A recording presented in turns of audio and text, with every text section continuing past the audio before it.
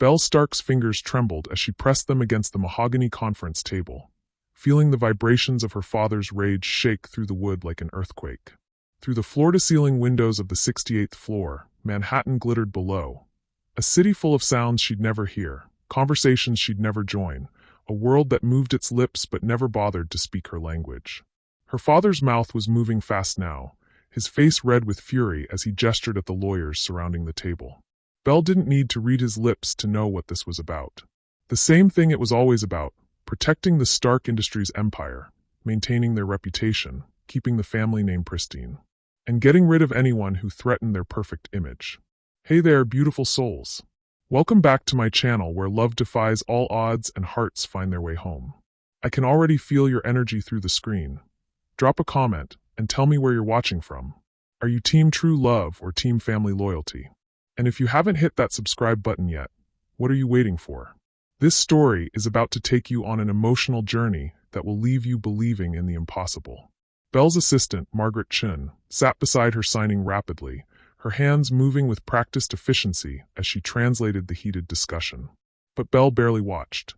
Her attention was fixed on the security monitor embedded in the conference table, the one showing the building's service corridors where employees moved like ghosts through the corporate machine. There, on camera 12, she saw him. Daniel Wick pushed his cleaning cart down the hallway with the same gentle precision he brought to everything. Even through the grainy security footage, Belle could see the kindness in his movements. The way he carefully straightened a crooked picture on the wall, how he nodded respectfully to a passing executive who didn't even acknowledge his existence. Her heart hammered against her ribs as she watched him pause outside the conference room door. For just a moment, Daniel looked up at the camera, and Belle felt like he was looking directly at her. His dark eyes held a warmth that made her chest tight with longing. Then her father slammed his hand on the table so hard that even Belle, lost in her silent world, felt the shock wave through her bones. Thomas Wayne Stark stood at the head of the table like a king addressing his court, his silver hair perfectly styled despite his obvious fury. Belle finally forced herself to look at Margaret's signing. He says the security footage is conclusive. Margaret's hands spelled out with uncomfortable precision. He says you've been fraternizing with staff. He says it ends now. Belle's blood turned to ice water. They knew. Somehow, despite all their careful secrecy, despite meeting only in hidden corners and empty stairwells, her father had discovered what she'd been desperately trying to protect. Her father turned toward her, his mouth moving in sharp, deliberate words that Margaret translated with obvious reluctance. He says Daniel Wick will be terminated immediately. Effective today. Security will escort him from the building within the hour. The words hit Belle like a physical blow. Daniel, gentle, patient Daniel who'd taught himself sign language just to talk to her. Daniel who saw past her father's billions to the lonely woman beneath. Daniel who'd never once looked at her with the pity or calculation she saw in everyone else's eyes. Daniel, who was about to disappear from her life forever. Belle shot to her feet, her chair scraping against the marble floor with a sound she felt rather than heard. Every face in the room turned toward her. 12 of Manhattan's most powerful lawyers and executives watching the billionaire's disabled daughter with expressions ranging from sympathy to cold calculation. But Belle only had eyes for her father. For the man who'd spent her entire life making decisions about her world without ever bothering to learn how to communicate with her in it. She raised her hands and began to sign, her movements sharp with 26 years of suppressed fury. Margaret hesitated, clearly uncomfortable with translating such direct defiance, but Belle's glare left no room for refusal. She says. Margaret's voice faltered, then strengthened. She says you can fire him, but you can't fire her feelings. She says she loves him. The silence that followed was so complete Belle could feel it pressing against her skin like a physical weight. Thomas Wayne Stark's face went from red to white to a dangerous shade of purple. When he spoke again, his words were slow and deliberate, designed to cut deep. Margaret's hands shook as she translated. He says if you want to throw away everything he's built for a janitor, you can do it without the Stark name. He says you have until tomorrow night to end this foolishness, or you'll be cut off completely. No money, no trust fund, no inheritance. Nothing. Belle felt the room spinning around her as the magnitude of her father's ultimatum sank in. Everything she'd ever known, every comfort and security, balanced against the one person who'd ever made her feel truly alive. The lawyers shifted uncomfortably in their seats, clearly wishing they were anywhere else. Outside the windows, the city pulsed with life and noise and conversations Belle would never be part of. And somewhere in this building, Daniel was probably straightening supplies in a storage closet, completely unaware that her father was about to destroy both their worlds. Belle looked at her father, really looked at him, and saw not the man who'd raised her, but the corporate titan who'd built an empire by crushing anyone who threatened his vision of perfection. She saw a man who'd rather disown his only daughter than admit that love might matter more than money. She saw a stranger wearing her father's face. Belle straightened her shoulders, lifted her chin, and signed one final message to the room full of vultures waiting to devour her decision. Margaret's voice was barely a whisper. She says some things are worth more than money. She says you taught her that the most valuable things in life can't be bought. A pause, then stronger. She says tomorrow night, you'll have your answer.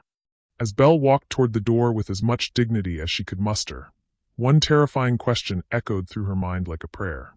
How do you choose between the only family you've ever known and the only love you've ever felt, when losing either one means losing yourself forever? And why did she have the sinking feeling that no matter what choice she made, someone she loved was going to be destroyed? Belle's hands shook as she walked through the marble corridors of Stark Industries, her father's ultimatum echoing in her mind like a death sentence. 26 years of living in this glass tower, and she'd never felt more trapped. The building that had been her playground as a child now felt like an elegant prison, all polished surfaces and perfect silence. A silence that had nothing to do with her deafness, and everything to do with the emotional wasteland her family had become. She paused outside the executive elevator, watching her reflection in the burnished steel doors. Belle Stark, heiress to a $12 billion empire, holder of 3 advanced degrees, fluent in 6 spoken languages and American Sign Language, and completely invisible to the world that surrounded her every day. The elevator arrived with a soft chime she felt through the floor. As the doors opened, Belle found herself face to face with her father's latest acquisition, Miranda Priestley, the ice-cold vice president who'd been brought in to modernize the company's image. Miranda's perfectly sculpted lips moved in what Belle assumed was a greeting, but she didn't bother asking for translation. Miranda had never shown the slightest interest in learning even basic sign language, despite working directly with the Stark family for 2 years. Belle stepped into the elevator and pressed the button for the 34th floor, the level that housed the building's maintenance offices. It was also the level where her father's security cameras had the most blind spots, a fact she discovered through careful observation rather than any corporate espionage. As the elevator descended, Belle thought about the night 3 months ago when everything had changed. She'd been working late in the research library, losing herself in architectural blueprints for the new children's hospital Stark Industries was funding. It was past midnight, the building empty except for security and the night cleaning crew. That's when she'd first seen Daniel Wick. He'd entered the library so quietly she wouldn't have noticed him if not for the gentle vibration of his cart wheels against the marble floor.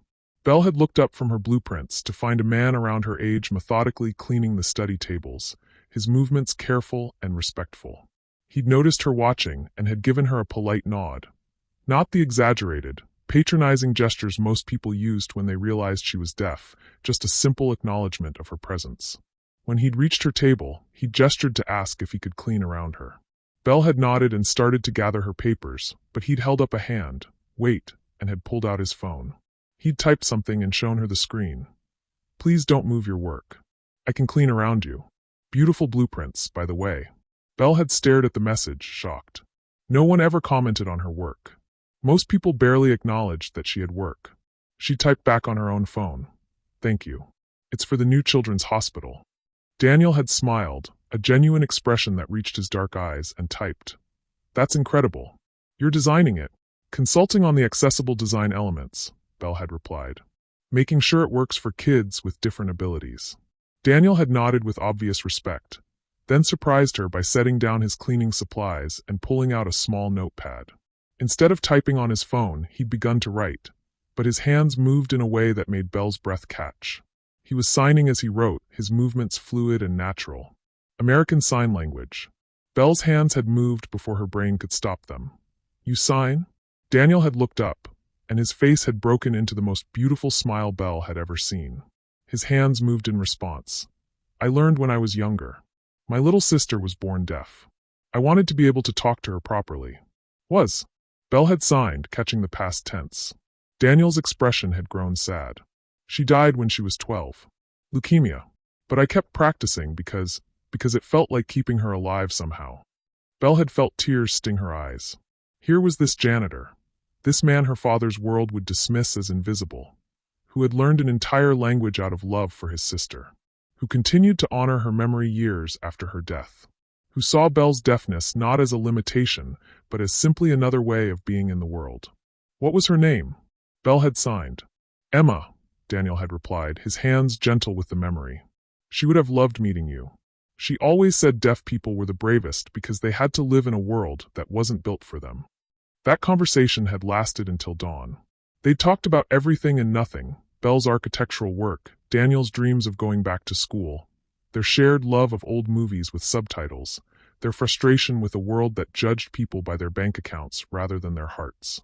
When the morning shift had arrived, they'd parted ways with shy smiles and the unspoken understanding that something profound had shifted between them. Now, stepping off the elevator on the 34th floor, Belle's heart hammered as she remembered all the stolen moments that had followed. Meeting in empty stairwells where Daniel would teach her the signs his sister had invented for their private conversations. Sharing lunch in the building's forgotten corners while Daniel told her stories about growing up poor but rich in love. Watching old movies together on Belle's tablet in the archives room, Daniel's patient explanations making her laugh until her sides ached. And last week when he'd taken her face in his hands and kissed her with a gentleness that made her believe she was precious rather than broken. Belle found Daniel in the maintenance office, his back to her as he organized cleaning supplies with the same careful attention he brought to everything. The office was small and cramped, a sharp contrast to the marble and gold of the executive floors, but it felt more like home than anywhere else in the building. She knocked on the doorframe to get his attention. Daniel turned, and his face lit up with the kind of joy that made Belle feel like she was the most important person in the world. Beautiful, he signed, his hands moving with the fluid grace that never failed to make her heart skip. I was hoping I'd see you today.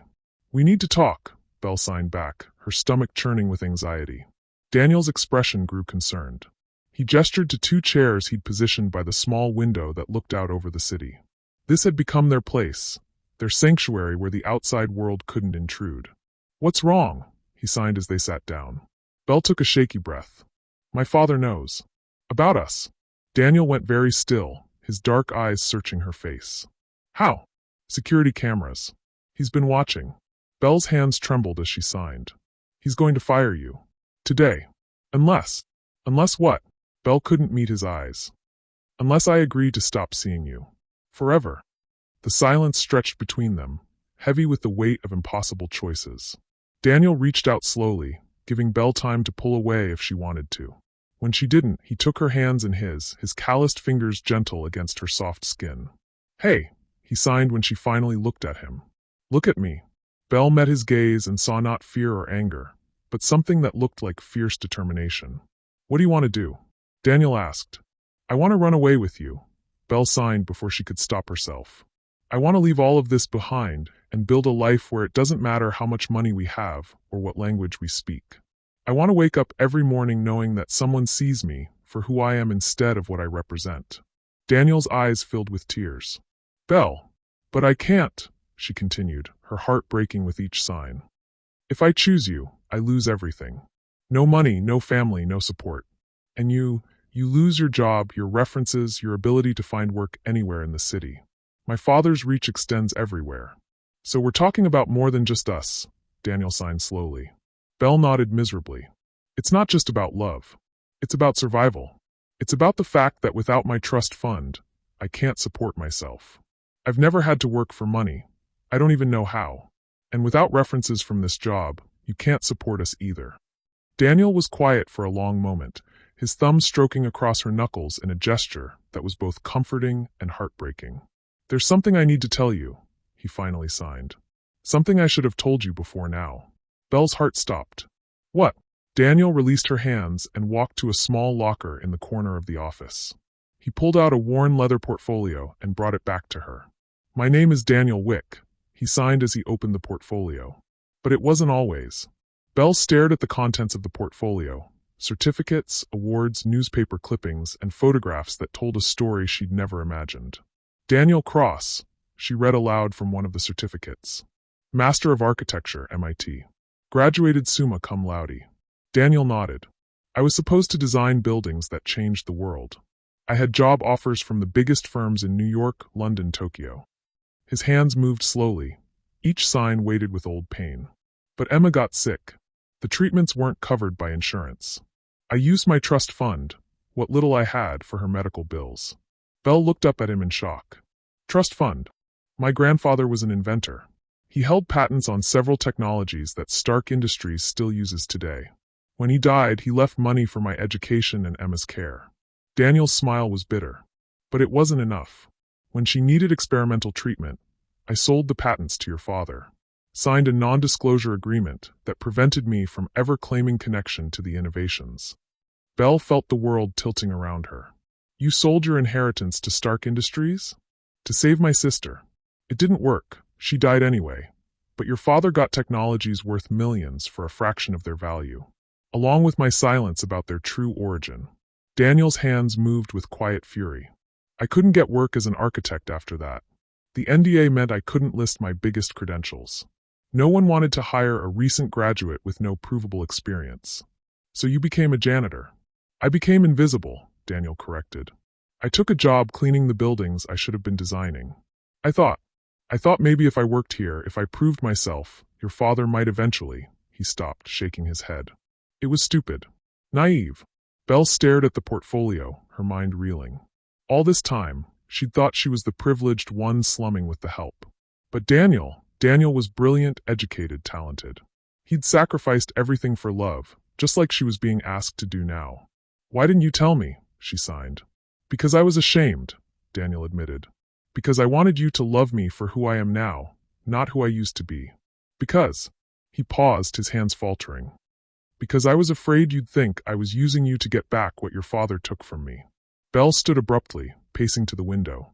Outside, the city sprawled in all its chaotic glory. Millions of people living their lives, pursuing their dreams, making choices between love and security. This changes everything, she signed when she turned back to Daniel. Does it? You have grounds to sue my father. The patents, the NDA that prevented you from working. There are laws about that kind of exploitation. Daniel shook his head. I can't prove anything. The contracts were ironclad. And even if I could, even if you could, it would take years and cost money we don't have, Belle finished. I know. They stood looking at each other across the small office. Both of them trapped by circumstances neither had created, but both would have to live with. So what do we do? Daniel signed. Belle closed her eyes, feeling the weight of her father's ultimatum pressing down like a physical force. When she opened them again, her decision was written in every line of her body. We fight, she signed with fierce determination. But not the way they expect us to. Belle's hands moved with urgent precision as she outlined her plan to Daniel, her signs sharp with desperate determination. But their whispered rebellion was interrupted by the harsh buzz of the office's landline phone. A sound Daniel felt through the vibrations in the floor. He answered on the second ring, his face growing pale as he listened to the voice on the other end. Belle watched his expression shift from concern to shock to something that looked like barely controlled rage. I understand, Daniel said finally, his voice tight. I'll be there immediately. He hung up and turned to Belle, his hands shaking as he signed. That was security. Your father wants to see me in his office. Now. Belle's blood turned to ice. He said tomorrow night. He's not supposed to. Things have changed, Daniel interrupted. The security chief said there's been a development. Something about new evidence. Belle felt panic clawing at her chest. What new evidence could there be? They'd been so careful, so discreet. Their meetings were always in the building's blind spots, their communications limited to stolen moments and careful glances. I'm coming with you, Belle signed firmly. Absolutely not. If your father sees us together. If my father sees you alone, he'll destroy you without witnesses. Belle grabbed Daniel's arm, her fingers digging into his sleeve. We face this together or not at all. Daniel looked like he wanted to argue, but something in Belle's expression stopped him. He nodded reluctantly and reached for his jacket, the same worn brown leather he'd been wearing the night they first met. As they walked toward the executive elevator, Belle's mind raced through possibilities. What could her father have discovered? Their first conversation in the library? The lunch meetings in the archives? The moment last week when Daniel had kissed her in the empty stairwell, both of them too lost in each other to remember the cameras? The elevator ride to the 68th floor felt like ascending to an execution. Belle watched the numbers climb higher and higher, each floor marking another step toward a confrontation that would determine the rest of their lives. When the doors opened, Margaret Chin was waiting for them, her face pale with obvious stress. "Belle," Margaret signed quickly, "your father is very angry. He's been receiving calls all morning from board members, investors, the media. Something has leaked." "What kind of something?" Belle signed back, her stomach dropping. Margaret's hands faltered, clearly reluctant to continue. "Photos. Someone took photos of you and Daniel together. They're intimate, and they're being circulated." Belle felt the world spinning around her. "What photos?" "I don't know the details. Your father has them. He's—" Margaret paused. "He's not alone. Thomas Theron is here." Belle's heart stopped. Thomas Theron, her father's oldest business partner, and the man who'd been pressuring Thomas Wayne to arrange a marriage between Belle and his son Harrison. Harrison Theron, heir to another Fortune 500 company, conventionally handsome, and completely uninterested in learning sign language or treating Belle as anything more than a trophy wife who happened to come with excellent business connections. "This is a trap," Belle signed to Daniel. "He's trying to humiliate us in front of witnesses." Daniel's jaw clenched, but his hands were steady as he replied, "Then we walk in with our heads high. Whatever he shows us, whatever he says, we don't let him see us break." Belle nodded, drawing strength from Daniel's calm determination. Together, they walked toward her father's office, their hands briefly touching in a gesture of solidarity that felt like a battle cry. Thomas Wayne Stark's office occupied the entire northeast corner of the 68th floor, with floor-to-ceiling windows that offered a panoramic view of Manhattan. It was a space designed to intimidate, with dark wood paneling, leather furniture that cost more than most people's annual salaries, and walls lined with photographs of her father shaking hands with presidents, prime ministers, and other titans of industry. Today, it felt like a courtroom. Thomas Wayne sat behind his massive mahogany desk, his silver hair perfectly styled despite the obvious stress etched into his features. To his right stood Thomas Theron, a thin, sharp-featured man in his 60s who looked at Belle and Daniel like they were something unpleasant he'd stepped in. But it was the third person in the room who made Belle's blood freeze. Harrison Theron lounged in one of the leather chairs with the casual arrogance of a man who'd never been denied anything in his life. At 32, he was handsome in the bland, generic way of men who'd been raised to believe their privilege made them desirable. His blonde hair was expensively cut, his suit perfectly tailored, and his smile held all the warmth of a shark circling its prey. When Belle and Daniel entered, Harrison's gaze immediately locked onto their joined hands. His smile widened in a way that made Belle's skin crawl. "Well, well," Harrison said, his voice carrying the lazy drawl of old money and older prejudices. "The infamous couple. I have to admit, Belle, when your father told me about your little rebellion, I was intrigued." Belle stepped forward, positioning herself slightly in front of Daniel. She looked directly at her father and began to sign, her movements sharp with controlled fury. Margaret, who had followed them into the office, translated with obvious reluctance. "She says she won't participate in whatever humiliation you've planned. She says she's an adult who can make her own choices about her relationships." Thomas Wayne's face darkened. "Choices," he said, his voice rising. "You call this a choice? You call throwing away everything I've built for a janitor a choice?"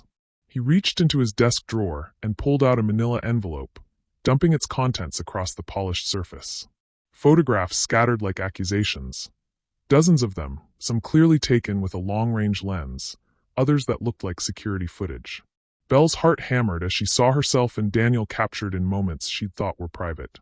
Sharing lunch in the archives. Talking intensely by the maintenance office window. And the one that made her face burn with embarrassment and rage. Daniel kissing her in the stairwell, her arms around his neck, both of them lost in a moment that had felt perfect until it was frozen and weaponized.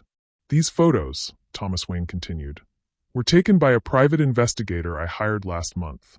They've been sitting in my safe, waiting for the right moment to be useful." His smile was cruel, calculated. "That moment is now." Thomas Theron stepped forward, his voice oily with false sympathy. "Belle, dear, we understand that young people sometimes make unfortunate choices. But there's still time to correct this mistake before it damages both our families' reputations. Belle's hands moved in sharp, angry signs. Margaret's voice shook as she translated. She says her relationship is not a mistake. She says she loves Daniel and won't be ashamed of that. Harrison laughed, a sound like breaking glass. Love? Is that what we're calling it? He pulled out his phone and showed Belle the screen. Because according to the background check my father ran on your boyfriend, there's another word for it. Belle's stomach dropped as she read the information displayed on Harrison's phone.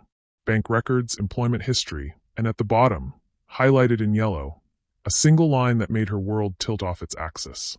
Financial investigation reveals subject Daniel Wick has outstanding debts totaling $847,000.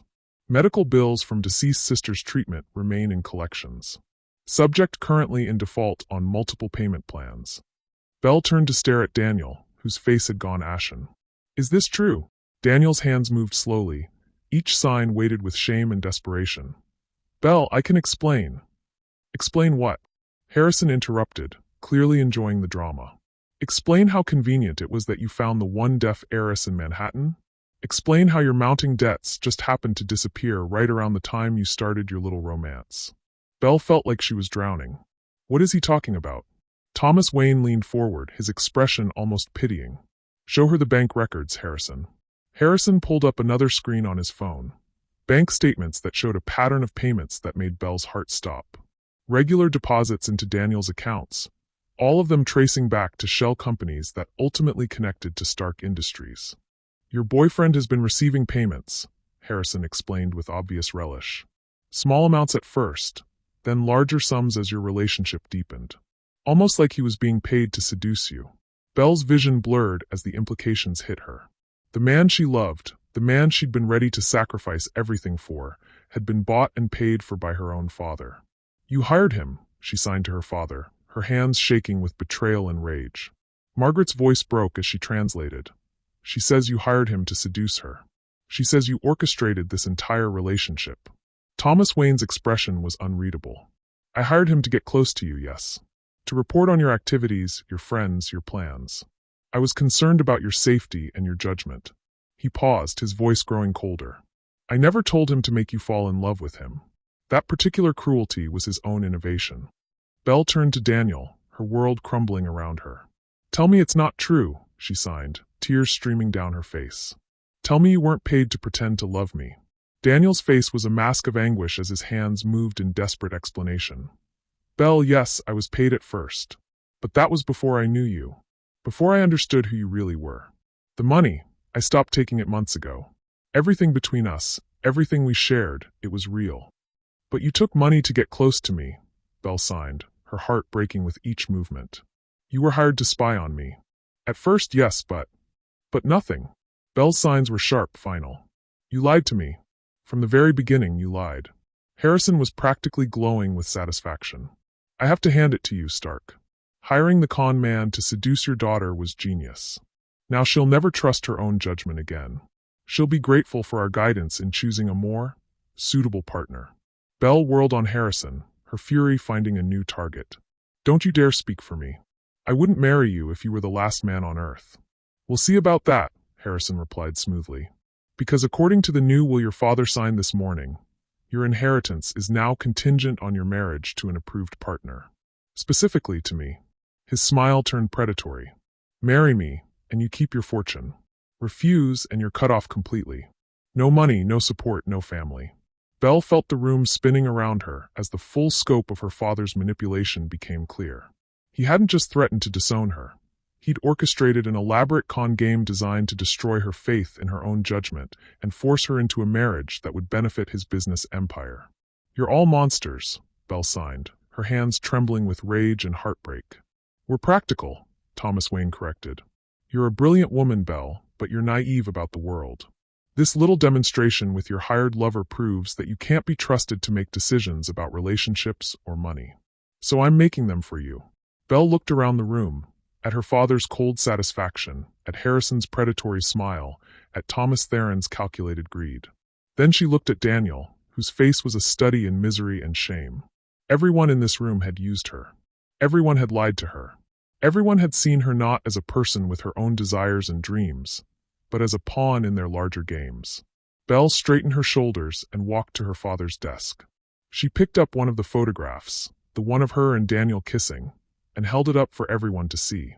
Then she began to sign, her movements slow and deliberate, each gesture weighted with absolute certainty. Margaret's voice was barely a whisper. She says you can all go to hell.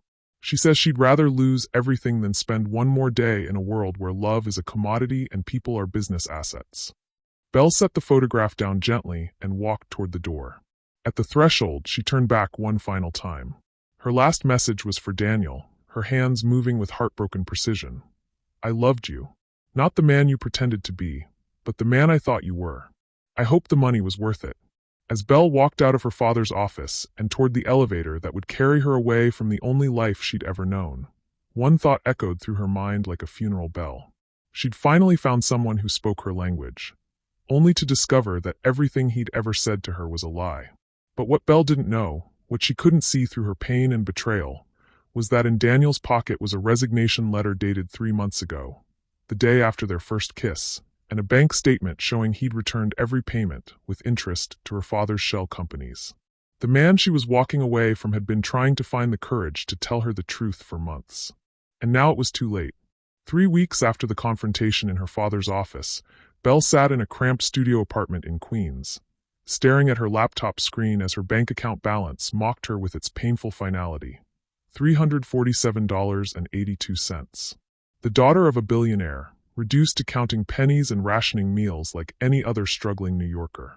The apartment was a far cry from her Manhattan penthouse. No marble floors, no panoramic views, no staff to handle the mundane details of daily life.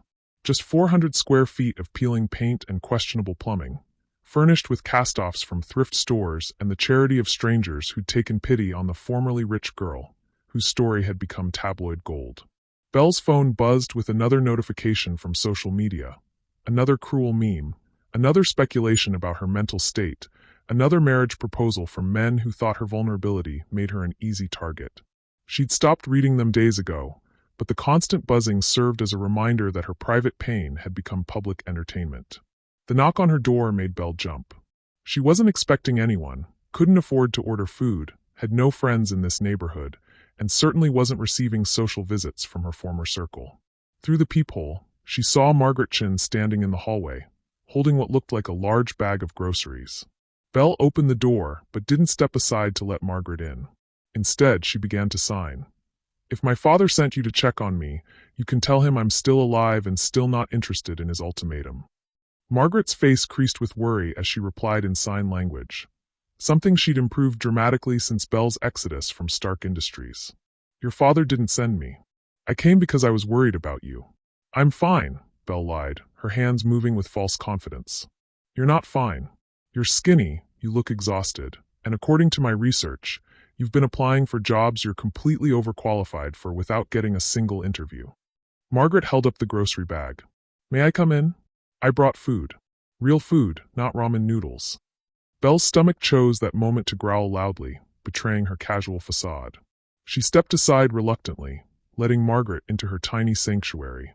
Margaret looked around the studio apartment without judgment, though Belle could see her cataloging the reality of Belle's new circumstances. The mattress on the floor that served as both bed and couch. The card table where Belle ate meals and worked on her laptop. The corner where she'd hung a sheet to create the illusion of privacy around a makeshift closet. How did you find me? Belle asked as Margaret unpacked groceries. Real groceries, fresh vegetables and quality proteins that Belle hadn't been able to afford in days. I hired a private investigator, Margaret admitted. I was worried when you disappeared completely. No forwarding address, no social media updates, no contact with anyone from your old life. Belle's hands stilled. You hired someone to spy on me? I hired someone to make sure you were safe, Margaret corrected firmly. There's a difference. She pulled out a container of what looked like homemade soup. When was the last time you ate a proper meal? Belle didn't answer, partly because she couldn't remember, and partly because accepting help felt like admitting defeat. Instead, she signed. Why do you care? I'm not your employer anymore. You don't owe me anything. Margaret stopped unpacking groceries and turned to face Belle directly. I care because you're my friend. Because in 4 years of working as your assistant, you treated me like a human being instead of a servant. Because when my mother was in the hospital last year, you personally paid her medical bills and never mentioned it to your father. Belle had forgotten about that, a kindness that had seemed small at the time but apparently meant the world to Margaret. And I care, Margaret continued, because what happened to you was wrong. Whatever Daniel's initial motivations were, whatever money changed hands, what your father did was manipulation and emotional abuse. You deserved better. At the mention of Daniel's name, Belle felt the familiar stab of pain and betrayal. She'd been trying not to think about him for 3 weeks, trying to focus on survival instead of heartbreak. But late at night, when the city noise faded and she was alone with her thoughts, she couldn't stop wondering if any of it had been real. Have you? Belle's hands faltered, then continued. Have you heard anything about him? About Daniel? Margaret's expression grew sad. He was fired the same day you left. Building security escorted him out within an hour of your confrontation with your father. Belle felt a complicated mix of satisfaction and guilt. She'd wanted Daniel to face consequences for his deception, but knowing he'd lost his job didn't bring the vindication she'd expected. That's not all, Margaret continued hesitantly. There's something else you should know.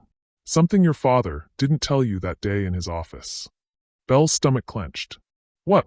Margaret reached into her purse and pulled out a manila envelope. I've been debating whether to give you this for 3 weeks. Part of me thinks you need to move on, forget about Daniel Wick, and focus on building your new life. She handed Belle the envelope. But part of me thinks you deserve to know the whole truth before you decide how to feel about what happened. Belle stared at the envelope like it might explode. What's in here? Bank records. Real ones, not the doctored versions your father showed you. And Daniel's employment file, including documents he submitted that never made it to your father's desk. Belle's hands shook as she opened the envelope. The first document was a bank statement, Daniel's personal account, showing a series of deposits from Stark Industries. But as Belle read more carefully, she saw something Harrison's selective presentation had obscured. Every deposit had been returned.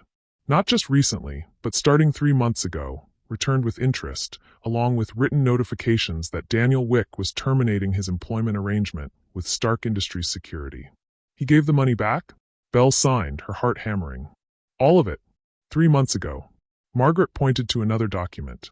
This is his resignation letter. He wrote it the day after that first photo was taken, the one of you kissing in the stairwell. Belle read Daniel's resignation letter with growing shock. Asterisk, I can no longer in good conscience continue my employment arrangement with Stark Industries Security. What began as a professional assignment to monitor and report on Belle Stark's activities has developed into a personal relationship that makes continued surveillance both unethical and impossible. I am returning all compensation received and terminating this arrangement immediately. I understand this may result in the loss of my employment with the company, but I cannot continue to deceive someone I have come to care about deeply. Asterisk. The letter was dated 3 months ago and signed with Daniel's careful handwriting.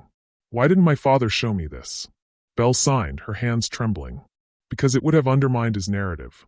He needed you to believe Daniel was using you for money. Otherwise, you might have chosen love over family, and your father couldn't afford to lose control of you. Belle sank into the folding chair by her card table, staring at the evidence of Daniel's integrity. He'd given up his job, his income, his security, all to stop lying to her.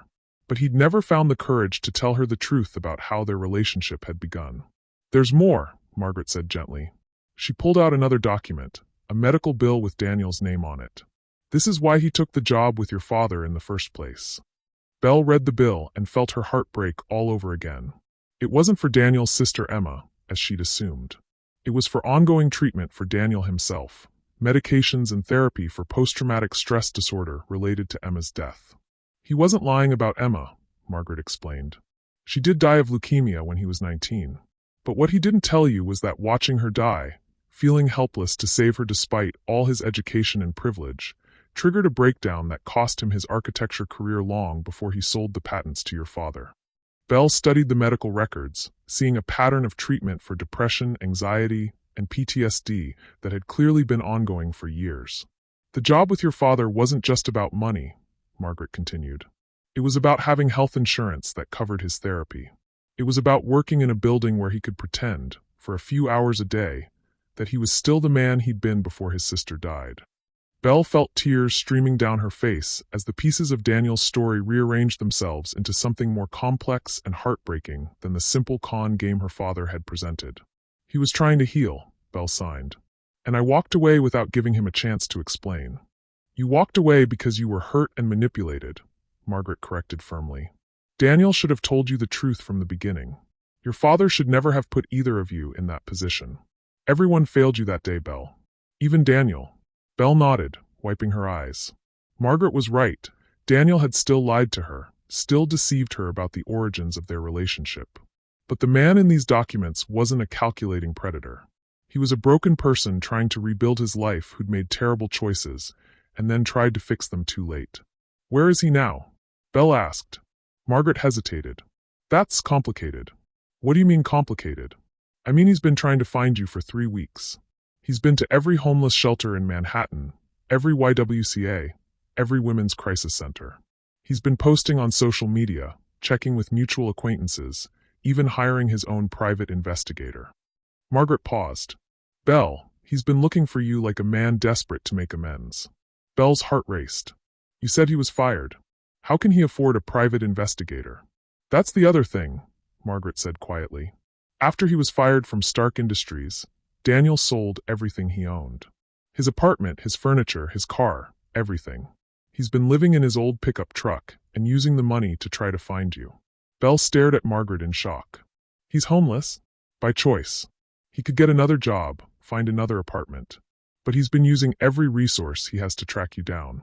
He says he won't rebuild his life until he's had a chance to properly apologize and explain.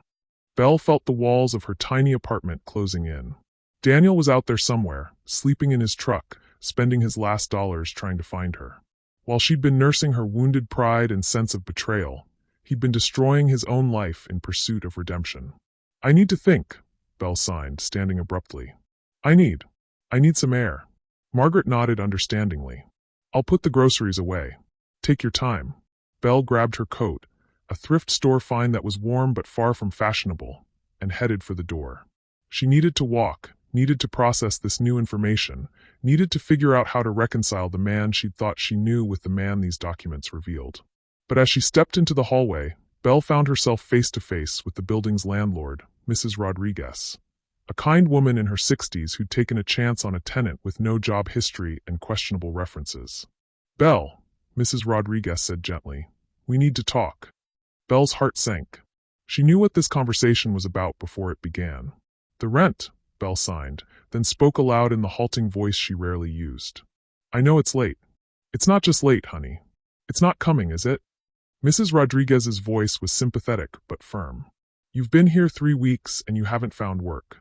Your savings are gone. And I have a waiting list of tenants who can pay. Belle nodded, feeling the last of her independence crumbling. How long do I have? I can give you until the end of the week. After that, Mrs. Rodriguez shrugged helplessly. I'm sorry. I really am. But I have bills too. As Belle walked down the Queen Street toward the subway station, she felt the crushing weight of her choices bearing down on her. In trying to escape her father's manipulation, she'd created a new kind of prison, one where poverty and pride combined to strip away her options one by one. Behind her, in the apartment that would soon be taken away, sat evidence that the man she'd loved and lost might have been worth fighting for after all. Ahead of her lay a city full of possibilities and pitfalls, where a deaf woman with no work experience and a scandalous reputation would have to find a way to survive on her own terms. And somewhere between her past and her uncertain future, Daniel Wick was sleeping in his truck, spending his last dollars on a desperate search for redemption that might already be too late. The question that haunted Belle as she descended into the subway was simple and devastating. How do you forgive someone for lying about loving you when you're not sure you can forgive yourself for being naive enough to believe it was real? Belle emerged from the subway in Central Park West, her feet carrying her toward the one place in Manhattan that had always felt like sanctuary. The Metropolitan Museum of Art rose before her like a temple to human creativity, its limestone facade promising refuge from the chaos of her collapsing life. She'd spent countless hours here as a child, when her father's business trips left her in the care of nannies who were more interested in shopping than supervising a deaf little girl. The museum had become her escape, its silent halls perfectly suited to someone who lived in a world without sound. Today, Belle couldn't afford the admission fee. But she discovered during her weeks of poverty that the museum's cafeteria was accessible through a side entrance, and desperate times had taught her to prioritize warmth and Wi-Fi over pride. She settled into a corner table with a cup of coffee that cost more than her daily food budget, pulling out her laptop to continue the job search that had been fruitless for 3 weeks. Every application she submitted seemed to disappear into a void, whether because of her father's influence blacklisting her, or simply because a billionaire's daughter with no work history wasn't qualified for any position she could realistically handle. Belle was scrolling through job listings when a shadow fell across her table. She looked up to find a woman about her age standing nearby, her expression hesitant but determined. "Excuse me," the woman said, then immediately switched to sign language when she noticed Belle's lack of response. "Are you Belle Stark?" Belle's blood chilled. She'd been recognized before, usually by people who wanted photos or gossip or simply to stare at the fallen heiress. But this woman's approach felt different, less predatory. "Who's asking?" Belle signed back, grateful to find someone fluent in ASL. "My name is Rose DeWitt," the woman replied, settling into the chair across from Belle without waiting for an invitation. "I'm a social worker specializing in deaf and hard of hearing advocacy. I've been looking for you." Belle's defenses went up immediately. "If my father sent you." "Your father didn't send me. In fact, your father would probably prefer that we never meet." Rose pulled out a business card and slid it across the table. "I work for the New York Coalition for Disability Rights. We've been following your story in the media, and we think you might be interested in what we're working on." Belle glanced at the business card. Legitimate organization, impressive credentials. "What kind of work?" Rose leaned forward, her expression intense. "We're building a class action lawsuit against major corporations for systematic discrimination against deaf and disabled employees.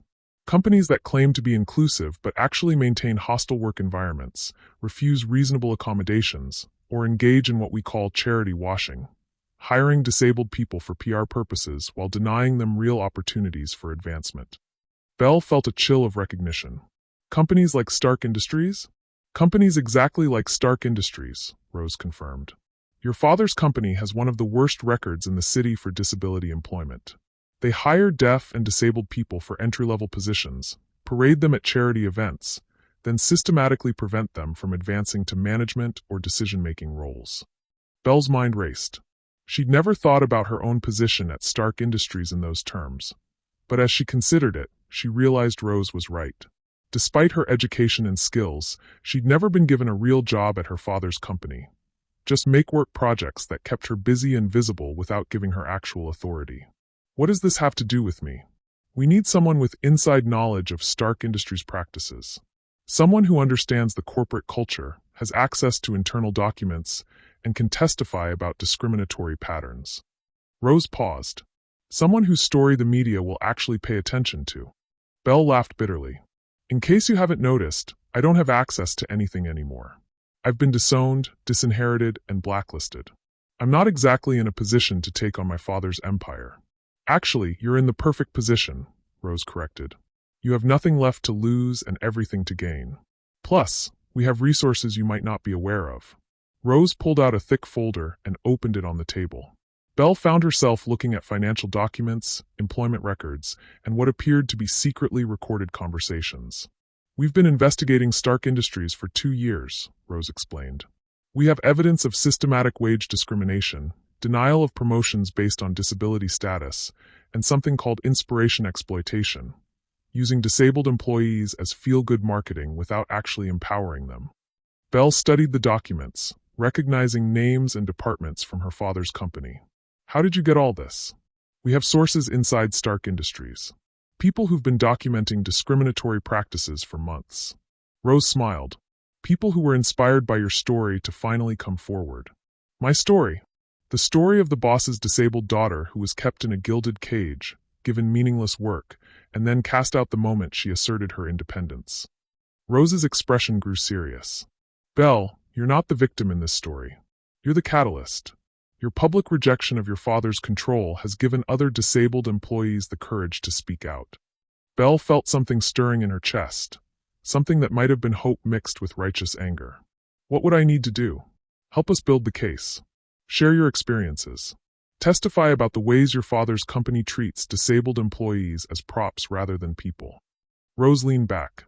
And in exchange, we help you rebuild your life on your own terms. Belle's hands moved slowly as she processed the offer. You're talking about going to war with one of the most powerful men in America. I'm talking about fighting for justice. For yourself, and for thousands of other disabled people who deserve better than tokenism and charity. Rose paused. Plus, there are financial incentives. If we win the class action suit, you'd be entitled to significant compensation as a lead plaintiff. Belle felt her pulse quickening. For 3 weeks, she'd felt powerless, victimized, dependent on others' charity. But this was a chance to fight back, to transform her pain into purpose. There's something else, Rose continued, pulling out another document. Something we discovered during our investigation that you need to know about. Belle's stomach clenched as she read the document header. Internal Security Report, Daniel Wick Investigation. What is this? This is the real reason your father hired Daniel Wick, Rose explained. It wasn't to spy on you or report on your activities. It was to gather evidence of your instability and poor judgment to support an incompetency filing. Belle's blood turned to ice. Incompetency filing? Your father was planning to have you declared mentally incompetent due to your disability. The plan was to use evidence of erratic behavior, poor decision-making, and susceptibility to manipulation to convince a court that you couldn't manage your own affairs. Rose pointed to specific passages in the report. Daniel was supposed to document instances of what your father's lawyers would frame as impaired judgment. Belle felt like she was drowning. He was going to have me committed? Not committed. Declared incompetent, which would have allowed him to control your inheritance permanently while appearing to act in your best interests. Rose's expression was grim. The relationship with Daniel was supposed to be the final piece of evidence. Proof that you were so desperate for attention that you'd fall for an obvious con man. Belle stared at the documents, her world tilting off its axis yet again. But Daniel stopped taking money 3 months ago. He resigned from the surveillance job, which completely destroyed your father's plan, Rose confirmed. Without Daniel's cooperation, there was no evidence of your supposed incompetence. That's why your father had to resort to ultimatums and manipulation. His original plan had fallen apart. Belle's mind raced as she processed the implications.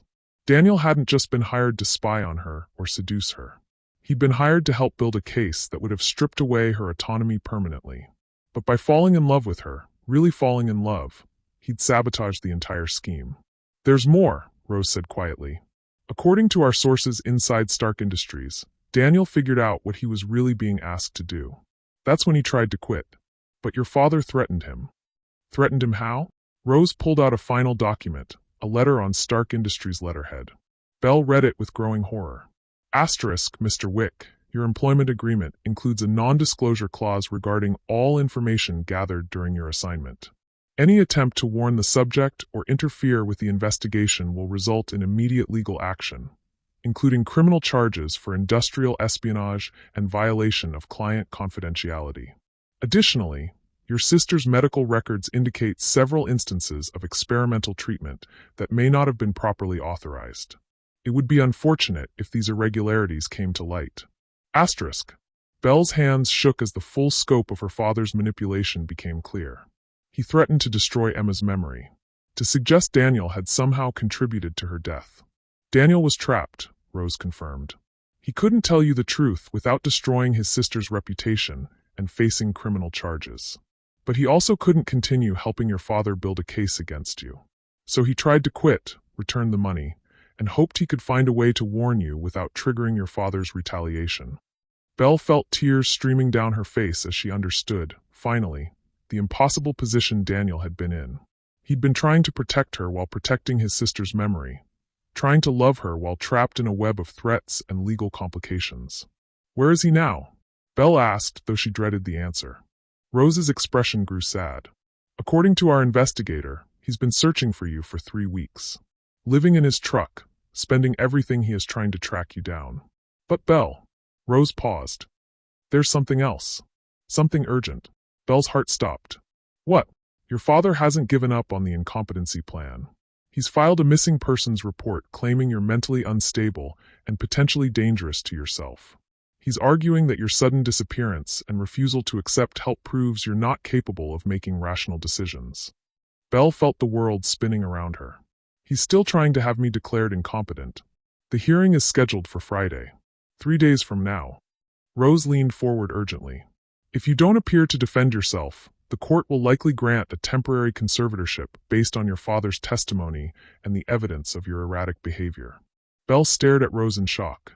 Even now, even after she'd walked away from everything, her father was still trying to control her life. Still trying to strip away her autonomy and agency. But if you appear at that hearing as our lead plaintiff in the discrimination suit, Rose continued, if you show the court that you're not a helpless victim but a woman fighting for justice, it changes everything. You'd be demonstrating competence, agency, and clear thinking under pressure. Belle felt something crystallizing in her chest, a determination born of rage and desperation and the need to finally, truly fight back. What do you need from me? She asked. Rose smiled. I need you to be brave. I need you to trust us. And I need you to help us show the world that Thomas Wayne Stark built his empire on the backs of people he considered less than human. Belle looked around the museum cafeteria, at the tourists and students and ordinary people living their ordinary lives. For weeks, she'd felt like a refugee from a world she no longer understood. But sitting here with Rose, looking at evidence of her father's systematic cruelty, Belle finally understood her purpose. She wasn't running from her old life anymore. She was about to destroy it completely. I'm in, Belle signed, her hands steady with newfound resolve. Let's bring him down. As Rose gathered the documents and began outlining their strategy, Belle felt her phone buzz with a text from an unknown number. Belle, I know you probably never want to see me again, but I found something you need to know. Your father is planning something bigger than just cutting you off. Please, just give me 5 minutes to explain. I'll be at the Bethesda fountain at sunset. If you don't come, I'll understand. But if you do, I finally have the courage to tell you everything. Daniel. Belle stared at the message, her heart hammering as she realized that in 3 days, everything would change. She'd either win her freedom or lose it forever. But first, she had to decide whether the man who'd been hired to destroy her was worth one last chance at the truth. Belle stood at the edge of Bethesda Fountain as the sun painted Manhattan's skyline in shades of amber and rose gold. The autumn air carried the scent of fallen leaves and the distant hum of traffic, but all she could focus on was the emptiness where Daniel should have been. Sunset had come and gone 20 minutes ago. He wasn't coming. Belle pulled out her phone to read his message again, wondering if she'd misunderstood the time or location. But the words were clear: sunset, Bethesda Fountain, 5 minutes to explain everything. She'd been a fool to hope. After 3 weeks of silence, after the devastating revelations about his initial deception, why had she expected Daniel to keep this promise when he'd broken so many others? Belle was about to leave when she saw a figure approaching through the gathering darkness. But it wasn't Daniel. It was Margaret Chun, her face pale with worry. Belle, Margaret signed quickly as she hurried over. Thank God I found you. We have a problem. What kind of problem? Margaret pulled out her phone and showed Belle a news alert. Billionaire's daughter hospitalized after suicide attempt. Family sources confirm mental health crisis. Belle stared at the headline in shock. What is this? Your father went to the media an hour ago. He's claiming you attempted suicide this afternoon, that you're currently in psychiatric hold at Mount Sinai, and that he's seeking emergency guardianship to protect you from yourself. Belle felt the blood drain from her face. I'm standing right here. I haven't attempted suicide. I know that, but the story is already trending on social media. Your father has fake hospital records, supposed witness statements, even a quote from a treating psychiatrist who says you're a danger to yourself. Belle's world tilted as she understood the scope of her father's latest manipulation. He's forcing the incompetency hearing. Worse than that, if the public believes you're mentally unstable and potentially suicidal, it gives him cover to have you committed involuntarily. By the time you prove the story is false, he'll have had you declared incompetent and taken control of your life permanently. Belle sank onto the edge of the fountain, feeling the cold stone against her legs as her father's latest trap closed around her. How is this even legal? It's not, but proving that will take time you don't have. The emergency hearing has been moved up to tomorrow morning. 9 a.m. Tomorrow morning. Belle had less than 14 hours to figure out how to defend herself against a man who controlled the media narrative, had unlimited legal resources, and was willing to destroy her reputation to maintain control over her life. There's more, Margaret continued, her hands shaking as she signed. Rose DeWitt called. Her law firm received a cease and desist order this afternoon. Stark Industries is claiming she approached you using fraudulent credentials and that any evidence she showed you was fabricated. Belle's last hope crumbled. They're shutting down the lawsuit? For now. Rose says they'll fight the order, but it could take months to resolve. And if your father succeeds in having you declared incompetent tomorrow. Margaret trailed off, but the implication was clear. An incompetent person couldn't be a lead plaintiff in a class action lawsuit. Belle stared out over the darkening park, watching couples walk hand in hand while her world collapsed around her. Every move she'd made to assert her independence had been anticipated and countered by her father's superior resources and ruthless strategy. "Where's Daniel?" Margaret asked gently. "I thought you were meeting him." "He didn't show up," Belle replied, surprised by how much that small betrayal hurt on top of everything else. "I guess when things get difficult, he disappears." Margaret's expression grew troubled. "Belle, there's something else. Something I debated telling you, but given everything that's happening." She pulled out another document. "This is a police report filed 3 hours ago." Belle's heart stopped as she read the header. Incident report, assault and battery victim, Daniel Wick. He was attacked? Belle's hands moved frantically as she scanned the report. "Where? When? Is he okay?" "He's in the hospital. Bellevue. Someone jumped him outside his truck this afternoon, just before he was supposed to meet you. The attackers took his phone, his wallet, and—" Margaret paused. "And a briefcase he was carrying. Something he told the police contained important documents." Belle felt sick. "Documents about what?" "The police report doesn't say." "But Belle, the attack happened just 2 blocks from here, right around the time your father's fake suicide story broke." Margaret met Belle's eyes. "I don't think this was a random mugging." The pieces fell into place with horrifying clarity. Daniel had found something, evidence that could help Belle or expose her father's plans. So her father had made sure Daniel couldn't make their meeting, couldn't share whatever he'd discovered. "I have to go to him," Belle signed, standing abruptly. "Belle, think about this.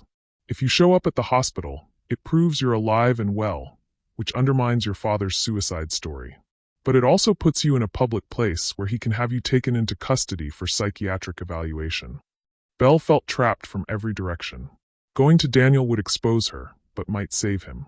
Staying hidden would protect her, but leave Daniel alone and vulnerable. And meanwhile, her father was systematically destroying both their lives with surgical precision. "There's one more thing," Margaret said quietly. "I've been in touch with Rebecca, your stepmother. She wanted you to know that she's filing for divorce." Belle's last connection to her old life snapped. "She's leaving him?" She found out about the fake suicide story and the emergency guardianship filing. She says she can't stay married to a man who would destroy his own daughter to maintain control. Margaret's expression was sad. "She also wanted you to know that Emma and Sophie have been asking about you. They don't understand why their big sister disappeared." The mention of her half-sisters hit Belle like a physical blow. Emma and Sophie, innocent children who would grow up believing their father was a hero and their sister was crazy, who would inherit a legacy built on manipulation and emotional abuse. "I can't let him win," Belle signed, her hands trembling with fury and desperation. "I can't let him teach those girls that this is how family works." "Then what do you want to do?" Belle looked around Central Park, at the place where she'd met Daniel, where she'd fallen in love, where her father was now systematically destroying both their lives. The park that had been her sanctuary was now the center of a war zone. "I want to fight," Belle signed. "But I need help. Real help, not just good intentions." Margaret nodded. "What kind of help?" "I need someone who understands how my father thinks. Someone who knows his weaknesses. Someone who has as much to lose as I do if he wins." Belle met Margaret's eyes. "I need Harrison Theron." Margaret stared at her in shock. "The man your father wants you to marry?" "Belle, he's part of the problem." "No, he's part of the solution. Harrison doesn't want to marry me any more than I want to marry him. He's being forced into this arrangement by his father and mine. But if we work together..." Belle's mind raced as she developed a plan born of desperation and fueled by righteous rage. "Harrison has access to both families' business records. He knows about the patents my father stole from Daniel. He understands the financial structures that make the fake conservatorship possible. You think he'll help you? I think he'll help himself. And right now, that's the same thing." Belle pulled out her phone and scrolled through her contacts until she found Harrison's number. She'd never deleted it, though she'd never expected to use it. Her text was brief and direct. Meet me at Bellevue Hospital in 1 hour. Come alone. If you want out of this arranged marriage as much as I do, we need to talk. Harrison's response came within minutes. What kind of talk? Belle typed back. The kind that destroys both our fathers and sets us free. An hour later, Belle stood outside Bellevue Hospital with Harrison Theron, both of them wrapped in coats that couldn't quite ward off the chill of what they were about to attempt. Harrison looked different away from the corporate boardrooms. Younger, less polished, almost vulnerable. Your father is having me followed, Harrison said without preamble. The engagement announcement is supposed to run in tomorrow's paper, right after your competency hearing. Even if I'm declared incompetent? Especially if you're declared incompetent. A mentally unstable heiress needs a stable husband to manage her affairs. Harrison's expression was grim. My father has already transferred the engagement ring to my account. Apparently, I'm proposing whether I want to or not. Belle felt sick. How do we stop this? We don't stop it, Harrison replied. We use it. But first, I need to know, are you really in love with the janitor? The blunt question caught Belle off guard. Why does that matter? Because what I'm about to propose will either save your relationship or destroy it completely. I need to know if it's worth the risk. Belle thought about Daniel lying injured in the hospital above them, about the resignation letter he'd written 3 months ago, about the threats her father had used to keep him trapped in an impossible situation. Yes, she signed and spoke simultaneously. I love him. Despite everything that's happened, despite all the lies and manipulation, I love who he really is underneath all of this. Harrison nodded. Then here's what we're going to do. Tomorrow morning, you're going to walk into that competency hearing on my arm. You're going to announce our engagement and ask the court to expedite our marriage, so I can help you manage your mental health crisis. Belle stared at him in shock. Are you insane? I'm strategic. The court won't declare you incompetent if you're voluntarily seeking help and have a stable support system. Our engagement gives you that appearance of stability while buying us time to gather evidence against both our fathers. Evidence of what? Harrison pulled out a tablet and showed Belle a series of financial documents. While you've been struggling to survive, I've been digging into the business relationship between Stark Industries and Theron Holdings. Your father and mine have been engaged in systematic fraud for decades. Patent theft, market manipulation, bribery of government officials. Enough criminal activity to put them both away for life. Belle felt her heart racing. Why are you showing me this? Because I want out. I want to build my own life, make my own choices, marry someone I actually love instead of someone who benefits the family business. Harrison's expression grew intense. And I want revenge on the 2 men who've been treating us like chess pieces instead of human beings. Belle studied the documents, seeing patterns of criminal behavior that made her father's treatment of her seem like a minor offense in comparison. What's the plan? She asked. We play along with their game until we have enough evidence to destroy them both. I propose publicly, you accept, we present ourselves as a stable couple managing your mental health together. Meanwhile, I use my access to gather evidence while you work with Rose's legal team to build the discrimination case. And Daniel? Harrison's expression grew serious. That's where it gets complicated. If we're engaged, even fake engaged, he can't be in your life publicly without undermining our credibility. The court needs to see you as stable and well-supported. A dramatic romance with the man your father claims drove you to a suicide attempt doesn't fit that narrative. Belle felt her heart breaking. So I have to choose between saving myself and saving my relationship. You have to choose between a public relationship and a private one. Between the appearance of stability and the reality of love. Harrison met her eyes. I can't make that choice for you. But I can promise you this. If you help me bring down our fathers, I'll help you get Daniel back. Even if it means admitting our engagement was a strategy rather than a romance. Belle looked up at the hospital windows, knowing Daniel was somewhere above them, probably wondering why she hadn't come to see him. Tomorrow, she'd have to walk into court with another man and publicly commit to a life that would exclude the person she loved most. But maybe that sacrifice would buy them the time and resources they needed to win the war, even if they lost this particular battle. One condition, Belle signed. When this is over, when our fathers are in prison and we're free to live our own lives, you help me make sure Daniel knows why I made this choice. You help me prove to him that everything we did was to protect what we have, not to destroy it. Harrison nodded. Deal. But Belle, you need to understand that this plan could backfire. If we're caught, if our fathers figure out what we're doing, They'll destroy all of us. Daniel included. Belle thought about her half-sisters growing up in a world where love was a commodity and people were assets to be managed. She thought about all the disabled employees her father had exploited and discarded. She thought about Daniel's sister Emma, who had died while her father profited from the patents that might have saved her. Then we don't get caught, Belle replied. We end this. Tomorrow. As they walked toward the hospital entrance, Belle felt like she was stepping into the most dangerous performance of her life. She was about to betray the man she loved in order to save him, ally with the enemy in order to defeat him, and risk everything she'd fought for in the hope of winning something bigger than her own freedom. The question that haunted her as they entered the building was simple and terrifying. What if Daniel never forgave her for what she was about to do? And what if she never forgave herself? Daniel Wick lay in the hospital bed, his left arm in a cast and his ribs wrapped in bandages, staring at the ceiling as machines beeped around him with steady persistence. The attack had been swift and professional. 3 men in suits who'd known exactly where to find him and exactly what to take. The briefcase was gone. 3 months of investigation, documentation, and evidence that could have proven Belle's father was not just manipulative but criminally corrupt. All of it vanished in the span of 5 minutes on a Manhattan street corner. But worse than the physical pain or the loss of evidence was the knowledge that he'd failed Belle again. She'd been waiting for him at Bethesda Fountain, probably wondering if this was just another betrayal, another lie, another disappointment in a relationship built on deception. Daniel was contemplating how to contact her when he heard voices in the hallway. Not the usual medical chatter, but something more urgent, more secretive. Can't be in there long. If anyone sees. I understand the risks. Daniel's heart stopped. The second voice was Belle's, speaking aloud in the careful cadence she used when she wasn't sure if her listener understood sign language. Belle, Daniel called out, trying to sit up despite the protest from his injured ribs.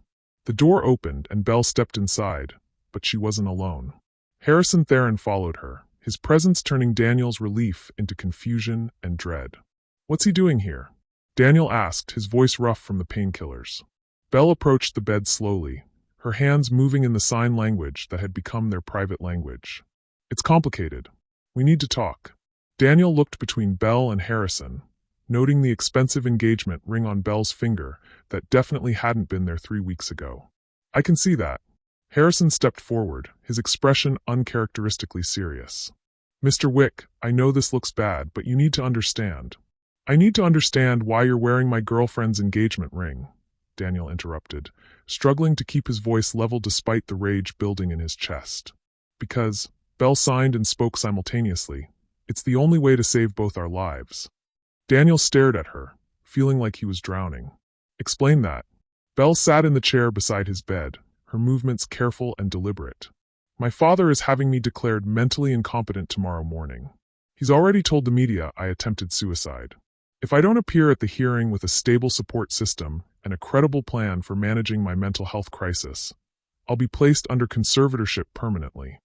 So you decided to marry him instead? Daniel's voice broke on the words. I decided to beat my father at his own game, Belle corrected. Harrison has access to information we need. Financial records, business documents, evidence of criminal activity that goes back decades. If we can gather enough proof, we can destroy both our fathers and finally be free to live our own lives. Daniel looked at Harrison with barely controlled hostility. And what do you get out of this arrangement? Freedom, Harrison replied simply. My father has been planning my life since I was 5 years old. This marriage alliance, the family business, even the woman I'm supposed to love, none of it has ever been my choice. But if Belle and I can expose our father's crimes, we both get to start over. Daniel tried to process the information through the haze of pain medication and emotional devastation. So this engagement is fake? It's strategic, Belle signed. Public enough to give me credibility in court, real enough to fool our fathers, temporary enough that when this is over. She paused, her hands faltering. When this is over, I can choose who I want to be with. Daniel felt hope and despair warring in his chest. And you want to choose me? After everything that's happened, after all the lies and manipulation, Belle's eyes filled with tears. Daniel, I know you were hired to spy on me. I know about the money, the surveillance, the original plan to have me declared incompetent. But I also know about your resignation letter. I know you returned the payments. I know my father threatened you with criminal charges and attacked your sister's memory to keep you quiet. Daniel stared at her in shock. How do you? Because Harrison brought me the files, Belle continued. All of them, including the real reason my father wanted you to document my behavior. Harrison pulled out a tablet and showed Daniel a series of legal documents. Your surveillance wasn't just about monitoring Belle's activities. Stark was building a case that she was mentally unstable, sexually promiscuous, and vulnerable to manipulation by predatory men. Your job was to be the predatory man, then testify about how easily you'd seduced her. Daniel felt sick as he read the documents. I never agreed to testify against her. That's why he had you attacked, Harrison continued. When you tried to quit, when you returned the money, you became a liability instead of an asset. The briefcase they took contained evidence that would have exonerated you and implicated him. Belle reached out to touch Daniel's uninjured hand. I know you were trying to protect me. I know you were trapped between impossible choices. And I know that everything that happened between us, the real emotions, the connection, the love, that was all genuine. Daniel squeezed her hand, feeling tears sting his eyes. Belle, I'm so sorry. I should have found a way to tell you the truth from the beginning. You should have, Belle agreed. But you also shouldn't have been put in that position in the first place. My father is the villain here, not you. Harrison cleared his throat. I hate to interrupt, but we have less than 12 hours before the competency hearing. If we're going to save Belle's freedom and expose our fathers, we need to coordinate our strategy. Daniel looked at the man who was supposedly engaged to the woman he loved. What kind of strategy? The kind that requires trust, Harrison replied. Belle appears in court tomorrow as my stable, supported fiancée. I provide character testimony about her mental health and competence. Meanwhile, you use your background in architecture and engineering to help us analyze the financial documents we've gathered. Daniel frowned. My background in what? Belle and Harrison exchanged a look. Daniel, Belle said gently, we know who you really are. Daniel Cross, MIT graduate, former rising star in sustainable architecture. Your grandfather's patents are the foundation of half the green technology Stark Industries claims to have developed. Daniel felt the world tilting around him. You know about the patents? We know your grandfather invented the core technologies for energy-efficient building systems. We know your father sold them to Thomas Wayne Stark for a fraction of their value to pay for Emma's medical treatment. And we know the non-disclosure agreement has prevented you from claiming credit for innovations that have made Stark Industries billions. Harrison leaned forward. Here's what we also know. That NDA was obtained through fraud. Your father was dying, Emma was terminal, and Stark's lawyers deliberately misrepresented the long-term value of the patents. The sale can be challenged, the NDA can be voided, and you can reclaim both your inheritance and your professional reputation. Daniel stared at them in disbelief. Are you serious? Completely serious, Belle signed. But it requires you to trust us.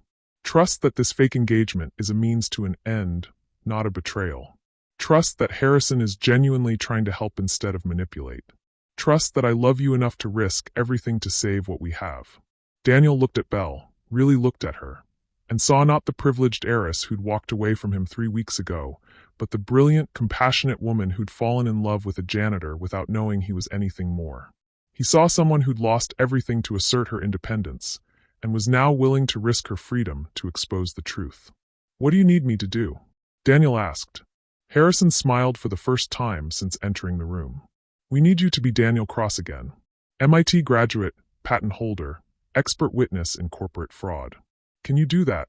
Daniel thought about Emma, about the patents his grandfather had developed to create a better world, about the years he'd spent invisible in buildings he should have been designing.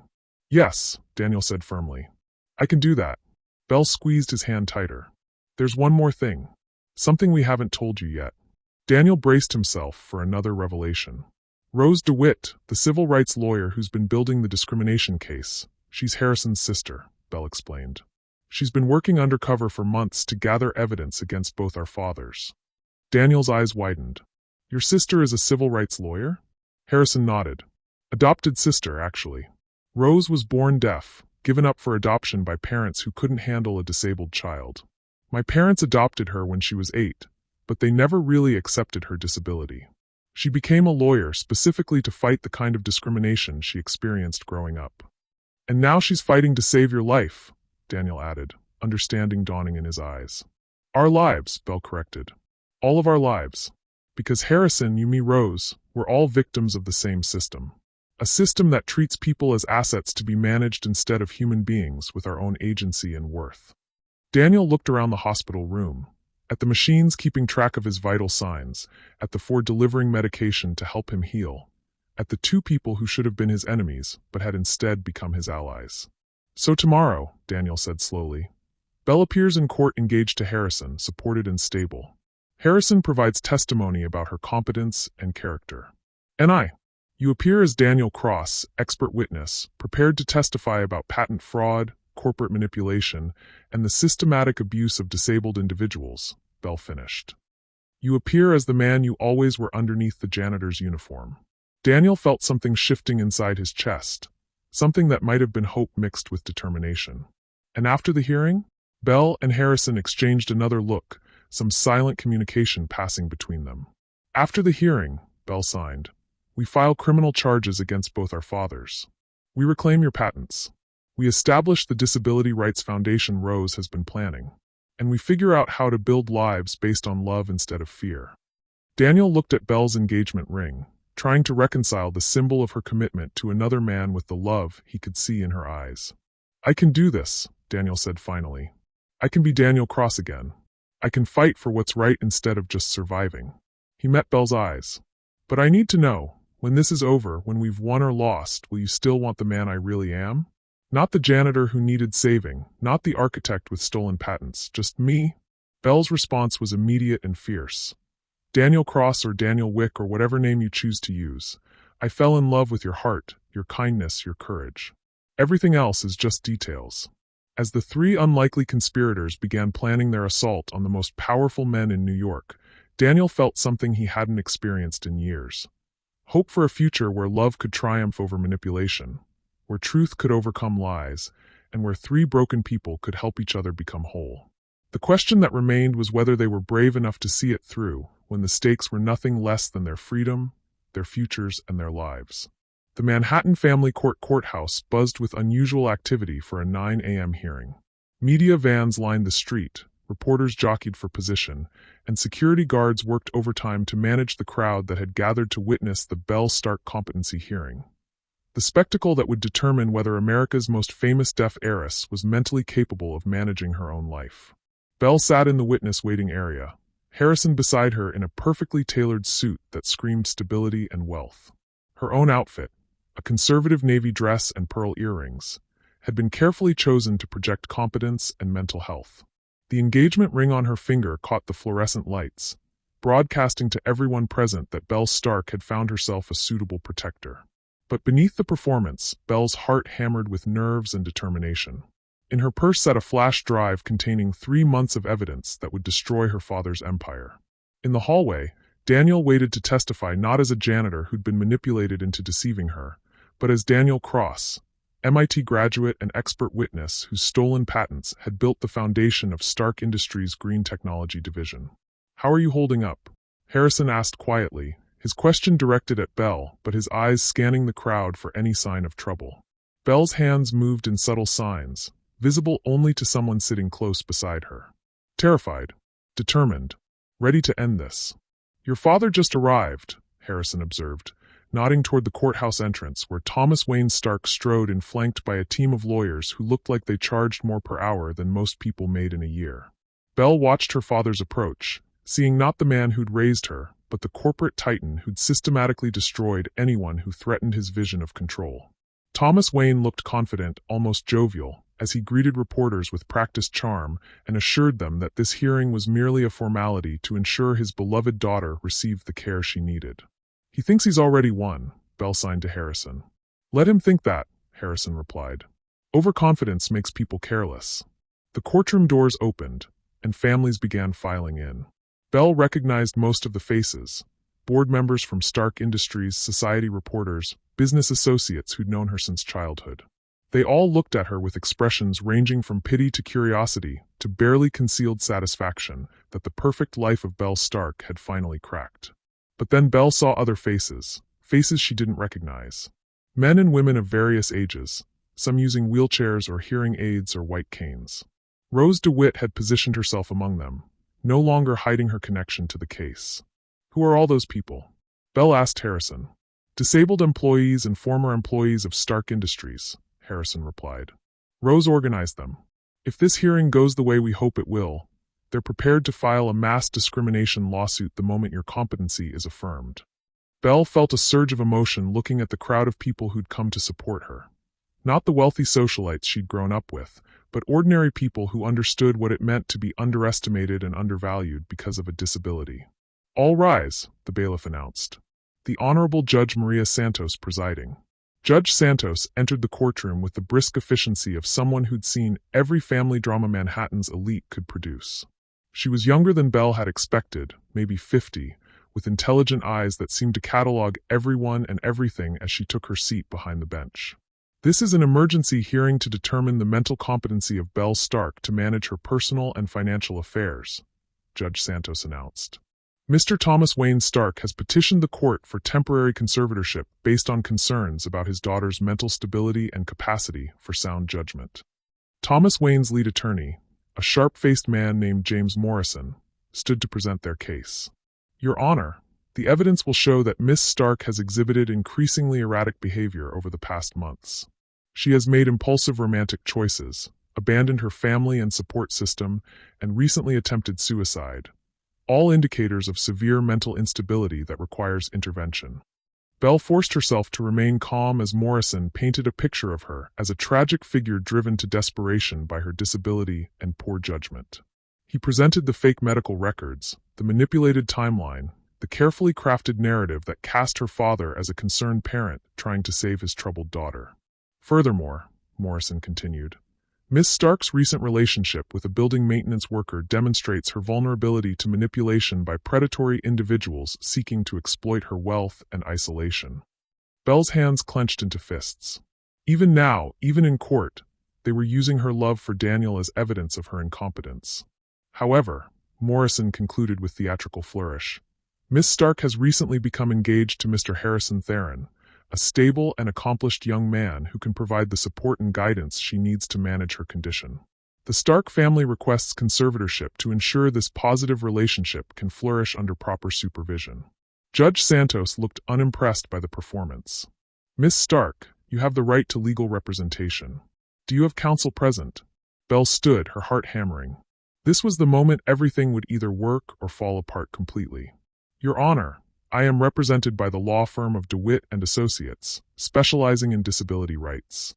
A murmur ran through the courtroom as Rose DeWitt stood up, no longer pretending to be just another observer. "Your Honor," Rose said clearly, "my client disputes every allegation in Mr. Stark's petition. Miss Belle Stark is a brilliant, accomplished woman who has been the victim of systematic emotional abuse and manipulation by her father. We're prepared to demonstrate not only her complete mental competency, but also the criminal behavior that led to this fraudulent conservatorship filing." Thomas Wayne's face went pale as he realized his carefully planned hearing had just become something entirely different. "Criminal behavior?" Judge Santos leaned forward with obvious interest. "That's a serious allegation, Counselor." "Yes, Your Honor. We have evidence of patent theft, corporate fraud, witness intimidation, and conspiracy to commit false imprisonment. We also have expert witnesses prepared to testify about the systematic discrimination against disabled employees at Stark Industries, including the petitioner's own daughter." Morrison leaped to his feet. "Your Honor, this is highly irregular. This hearing is about Miss Stark's mental competency, not unfounded accusations against her father." "Actually," Judge Santos replied coolly, "if Miss Stark's father has engaged in criminal manipulation designed to compromise her autonomy, that speaks directly to the question of who requires court supervision." She looked directly at Thomas Wayne. "Mr. Stark, I'm inclined to hear this evidence. Do you have any objection?" Thomas Wayne whispered urgently with his lawyers, clearly realizing that his trap had become a trap for him instead.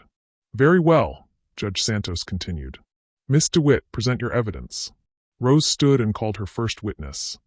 "Your Honor, we call Daniel Cross to the stand." Daniel entered the courtroom wearing a suit Bell had never seen him in, expensive, perfectly tailored, transforming him from the janitor who'd cleaned her father's building into the architect he'd always been meant to be.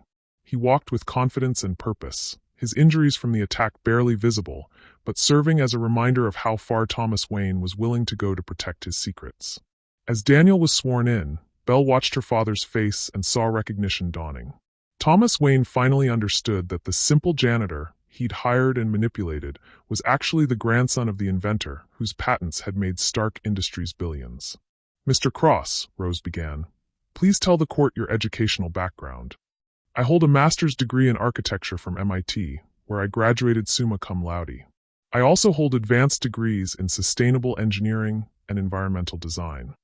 "And how did you come to work as a maintenance employee at Stark Industries?" Daniel looked directly at Thomas Wayne as he answered. "I was blackmailed into it. Mr. Stark held patents that rightfully belonged to my family. Patents obtained through fraudulent contracts signed when my grandfather was dying and my sister was terminally ill. When I tried to reclaim those patents, Mr. Stark threatened to destroy my sister's memory and have me charged with criminal conspiracy." The courtroom erupted in murmurs. Morrison objected frantically, but Judge Santos overruled him and ordered Daniel to continue. "Mr. Stark hired me to spy on his daughter and document behavior that could be used to have her declared mentally incompetent. I was told to seduce her, manipulate her emotions, and then testify about her instability and poor judgment." Belle felt tears stinging her eyes as Daniel revealed the full scope of her father's manipulation. "But I couldn't do it," Daniel continued, his voice growing stronger. "Belle Stark is one of the most intelligent, compassionate, and competent people I've ever met. Far from being mentally unstable, she's a brilliant architect whose designs for accessible spaces could revolutionize how we think about inclusive design. I fell in love with her not despite her deafness, but because of the unique perspective and strength it's given her." Rose presented document after document. The original patents, the fraudulent contracts, the surveillance reports, the threats against Daniel and his sister. Each piece of evidence painted a picture of Thomas Wayne Stark not as a concerned father, but as a criminal who'd built his empire on theft and manipulation. "Your Honor," Rose concluded, "Thomas Wayne Stark isn't seeking to protect his daughter. He's seeking to silence the one person who can expose the criminal foundation of his business empire. Belle Stark isn't mentally incompetent. She's inconveniently honest about her father's crimes." Judge Santos looked like she'd been presented with the most interesting case of her career. "Mr. Morrison, does your client wish to respond to these allegations?" Morrison huddled with Thomas Wayne and the team of lawyers, their whispered conversation growing increasingly heated. Finally, Thomas Wayne stood up himself. "Your Honor, these allegations are preposterous. My daughter is clearly being manipulated by unscrupulous individuals seeking to profit from." "Mr. Stark," Judge Santos interrupted, "I've reviewed the evidence presented by Miss DeWitt, and it appears quite compelling. However, I'm more interested in hearing from your daughter herself." She looked directly at Belle. "Miss Stark, this court would like to hear your testimony about your mental state, your capacity to manage your own affairs, and your understanding of the situation." Belle stood slowly, feeling the weight of every eye in the courtroom. This was it, the moment that would determine not just her freedom, but the future of everyone she'd come to love. She walked to the witness stand with her head high, placed her hand on the Bible, and was sworn in. As she faced the courtroom full of people who'd watched her life unravel in the media, Belle felt not the fear and shame her father expected, but a calm certainty about who she was and what she wanted.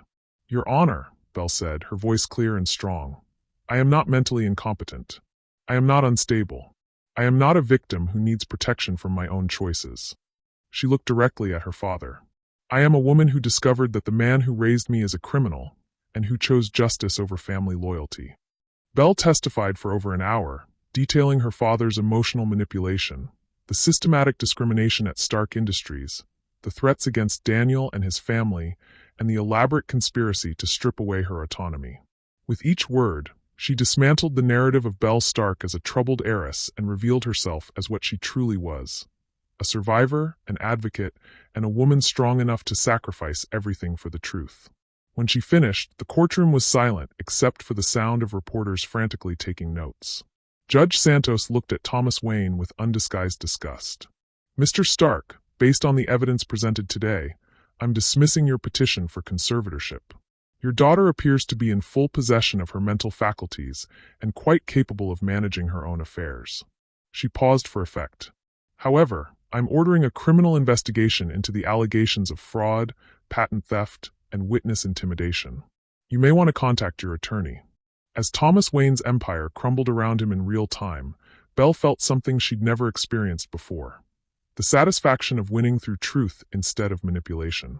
But the best moment came when she looked across the courtroom and saw Daniel smiling at her with such pride and love that she felt like she could fly. They'd done it. Against impossible odds, they'd defeated the most powerful man in New York using nothing but courage, love, and an unwavering commitment to justice. And now, finally, they were free to discover who they could become together. 1 year later, Belle stood in the main gallery of the newly opened Cross Foundation Center for Accessible Design, watching as visitors explored the interactive exhibits that demonstrated how architecture could be truly inclusive for people of all abilities. The building itself was a testament to that philosophy, designed by Belle and Daniel working together, funded by the settlement from their lawsuit against Stark Industries, and dedicated to the memory of Emma Cross, Daniel's sister who dreamed of a world built for everyone. The Times wants to do a follow-up feature, Margaret Chin announced, appearing at Belle's elbow with a tablet full of messages. Margaret had become the Foundation's communications director, her gift for translation extending far beyond sign language to helping the media understand the revolutionary work happening within these walls. What kind of follow-up? Belle signed, then spoke aloud for the benefit of the visiting donors who were touring the facility. 1 year after the trial that brought down Thomas Wayne Stark, where are the key players now? Margaret grinned. I think they'll like the answer. Belle looked around the bustling Foundation Center, feeling pride swell in her chest. Where the key players were now was somewhere none of them could have imagined a year ago. Thomas Wayne Stark was serving a 15-year sentence in federal prison for corporate fraud, patent theft, and conspiracy. His conviction had triggered a cascade of investigations that revealed decades of criminal behavior, ultimately leading to the complete dissolution of Stark Industries. The company's assets had been liquidated to compensate victims, with the largest settlement going to establish the Cross Foundation. Harrison Theron had used his insider knowledge to help prosecutors build their case against both his father and Belle's, resulting in criminal convictions that freed him from the arranged marriage he'd never wanted. He'd taken his inheritance, significantly reduced by legal fees and settlements but still substantial, and founded a nonprofit organization focused on helping young people escape abusive family situations. His fake engagement to Belle had lasted exactly long enough to secure her freedom and expose their father's crimes, ending amicably when Harrison met a brilliant social worker named Jack Dawson, who shared his passion for child advocacy. Rose DeWitt had been named one of Time magazine's People of the Year for her work in disability rights law. Her lawsuit against Stark Industries had resulted in the largest discrimination settlement in corporate history, but more importantly, it had established legal precedents that were transforming how companies treated disabled employees nationwide. Rebecca had finalized her divorce from Thomas Wayne and moved to California with Emma and Sophie, where she'd started a support group for families dealing with corporate scandal and trauma.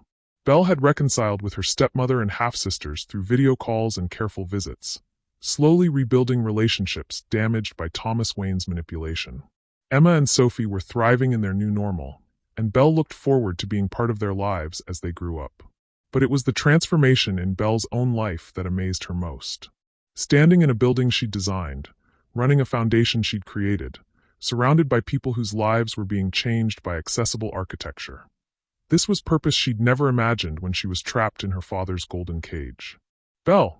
Daniel's voice behind her was accompanied by the gentle touch on her shoulder that had become their private signal. She turned to find him approaching with 2 cups of coffee and the smile that still made her heart skip. How did the donor meeting go? Belle asked, accepting the coffee gratefully. Better than expected. Daniel signed and spoke simultaneously, a habit they'd both developed to ensure their conversations included everyone around them. The Davidson Foundation wants to fund 3 more centers. 1 in Chicago, 1 in Atlanta, and 1 in Seattle. Belle felt excitement building.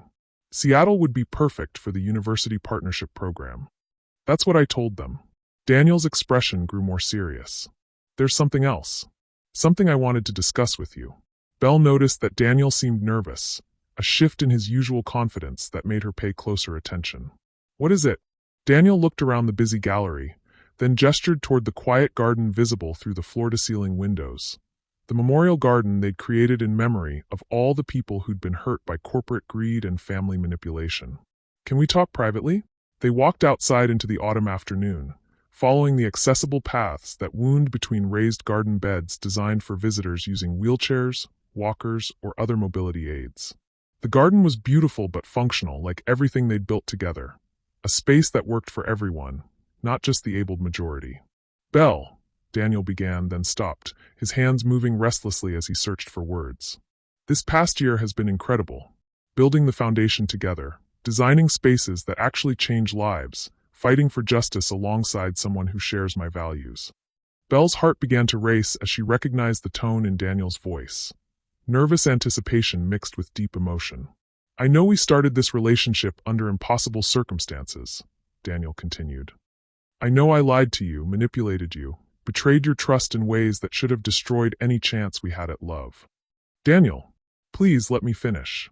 Daniel took her hands, his calloused fingers gentle against her soft skin. "You had every right to walk away from me. You had every reason to choose safety over risk, to build a life that didn't include the man who'd been paid to deceive you." Belle waited, her heart hammering as Daniel gathered his courage. "But you didn't walk away. You fought for us, for justice, for a future where love could triumph over manipulation. You taught me that integrity isn't about never making mistakes. It's about finding the courage to fix them, no matter how much it costs." Daniel released her hands and dropped to one knee in the garden they'd created together, pulling out a ring that caught the afternoon sunlight. "This isn't about money or family alliances or business mergers," Daniel said, his voice thick with emotion. "This is about love. Real, messy, complicated, beautiful love between two people who've learned that trust is something you build together, day by day, choice by choice." Belle felt tears streaming down her face as Daniel continued. "Belle Stark, will you marry me? Will you build a life with me based on honesty instead of deception, equality instead of control, love instead of fear?" Belle stared at the ring, simple, elegant, and completely different from the gaudy engagement ring Harrison had given her as part of their deception. This ring represented everything she'd fought for. Authenticity, choice, love freely given rather than strategically arranged. "Yes," Belle signed and whispered simultaneously. "Yes, yes, yes." As Daniel slipped the ring onto her finger and stood to kiss her with the passionate tenderness that had survived every trial their relationship had faced, Belle felt something she'd never experienced before. Complete and total freedom. Freedom to love who she chose. Freedom to build the life she wanted. Freedom to use her wealth and privilege to create positive change instead of perpetuating systems of oppression. Freedom to be exactly who she was, a deaf woman, a brilliant architect, a fierce advocate, and someone who'd learned that the most powerful force in the world wasn't money or manipulation, but the courage to choose love over fear.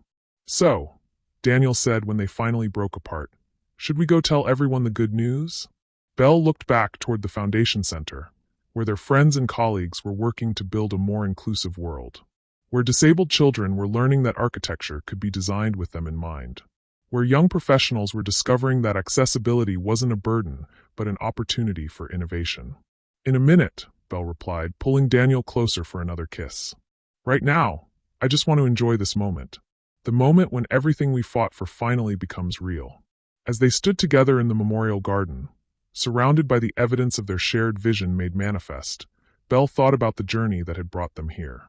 The billionaire's deaf daughter who'd found love with a janitor who spoke her language, except it had never been about money or social class, or even disability. It had been about two people finding the courage to see past the lies they'd been told about themselves and each other. About choosing truth over convenience, justice over comfort, love over fear. And about discovering that sometimes the most beautiful stories begin with the courage to walk away from everything you've ever known in pursuit of something you've never dared to dream. "I love you," Belle signed, the movements of her hands creating poetry in the air between them. "I love you too," Daniel replied, his own hands joining hers in the language that had brought them together and would carry them into whatever future they chose to build. As the sun set over Manhattan, Belle felt like the luckiest woman in the world.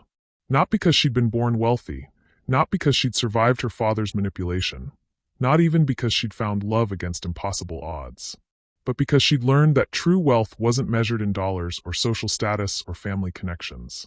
True wealth was having people who loved you enough to fight for your freedom, the courage to fight for your own authenticity, and the wisdom to know that some things, justice, love, the chance to make the world a little bit better, were worth any sacrifice. Belle Stark had started this journey as a billionaire's deaf daughter, trapped in a world that saw her as either a charity case or a business asset.